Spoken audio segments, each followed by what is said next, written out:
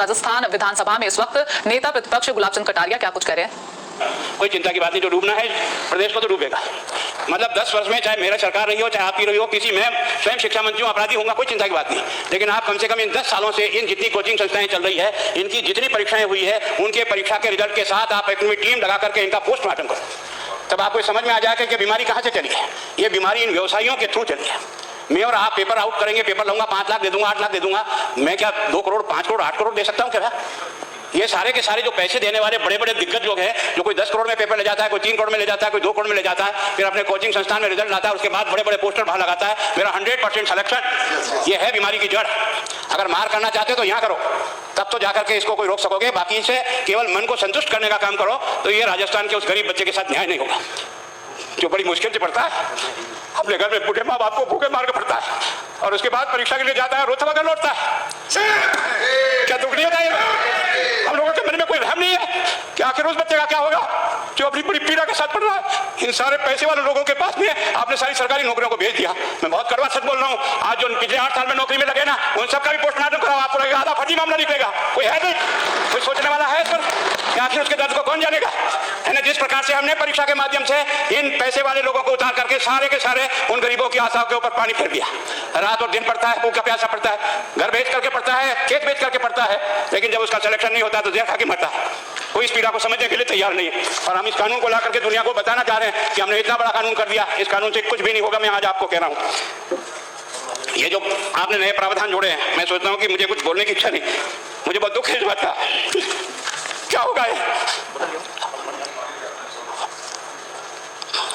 किस तरह की गेम पाल दी हमने, है ना? मैं उस दिन भी पूछा था कि मैंने कहा ये शिक्षा संकुल पे है, जिन लोगों को ड्यूटी पे लगाया, इसको लगाने वाला दोषी कौन है जिसके कारण से पेपर जो है ना काट करके निकाल दिया?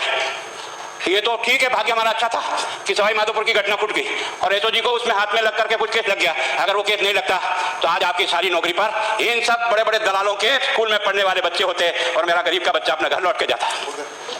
क्या दुर्भाग्य है। और इस कारण से केवल इसके लिए खुश मत हो जाओ कि हमने कानून बहुत सख्त बना दिया, इसलिए अपराधी रुक जाएगा। नहीं, सिस्टम को बदलना होगा, ये परीक्षा का सिस्टम चेंज करना होगा। मैं सोच रहा हूँ कि क्या हम इतने अकलमंद बैठे हैं, क्या इस व्यवस्था को चेंज नहीं कर सकते? क्या एक ही पेपर हर राजस्थान में 20 लाख बच्चों को दिया जाए? क्या इसका कोई ऑल्टरनेट नहीं हो सकता? इसका ऑल्टरनेट सोचना चाहिए कि हम परीक्षा को टुकड़े टुकड़े में कैसे कर सकते हैं। जिले के अनुसार पेपर नहीं, एक नहीं हम 25 पेपर बना सकते हैं। कौन से सेंटर पर कौन सा पेपर जाएगा कोई तय नहीं करेगा, कौन सा जाएगा, और हम जो इच्छा होगी उस सेंटर पर पेपर भेजेंगे। और ये जितने भी प्राइवेट कॉलेजों में आपने सेंटर बना रखे उनको बंद करो, इनको तुरंत बंद करिए एक ऑर्डर से। जितने भी सरकारी विद्यालय है और सरकारी नौकर ही एग्जामिनर बनेगा और एग्जामिनेशन करेगा, तब तो आप इसको बचा पाओगे। ताकि आप और मैं कितने भी कानून में बदल कर दें, आपका वो जांच करेगा, आपका वो अधिकारी आएगा। आपने कहा सेशन जज के नीचे नियुक्ति नहीं होगी, इसके अलग से कोर्ट होगा, बहुत अच्छी बात है। प्रोविजन जो आपने डाले हैं वो स्वागत योग्य, स्वागत करता हूँ, पर इन प्रोविजन को लागू तो आप और मैं ही करूंगा, कौन करेगा? जब हम ही ठीक नहीं है तो इन प्रोविजन क्या रोएंगे अंदर बैठे बैठे?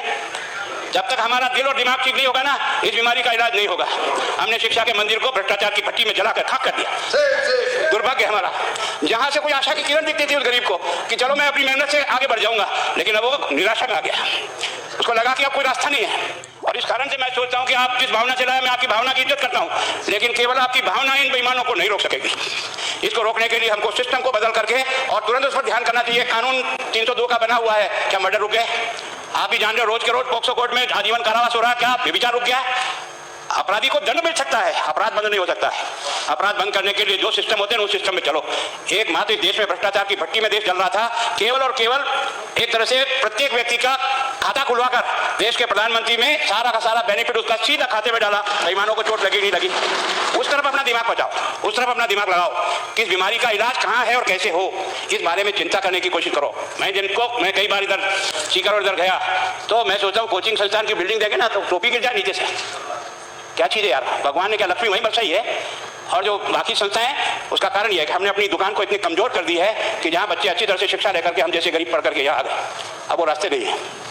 और इस कारण से मेरी बहुत विनम्र प्रार्थना है, इस बीमारी का इलाज चाहिए बच्चे को, कानून से नहीं होगा, कानून के अलावा होगा, और उसका आप करें। धन्यवाद।